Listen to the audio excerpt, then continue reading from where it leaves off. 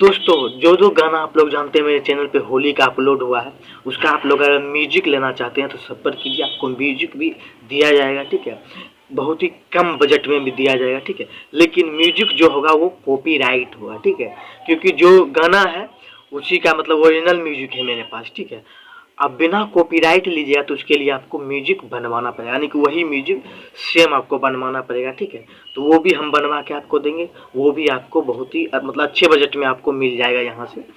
और अगर आप अपना गाना ऑडियो या ऑडियो वीडियो कोई भी रिलीज करवाना चाहते हैं, संपर्क कीजिए, फ्री में आपका गाना रिलीज किया जाएगा। ठीक है, तो म्यूजिक लेने के लिए भी संपर्क कीजिए, यहाँ पे नंबर जो दिख रहा है इस नंबर पे कॉल कीजिए। ठीक है, हमसे बात कीजिए।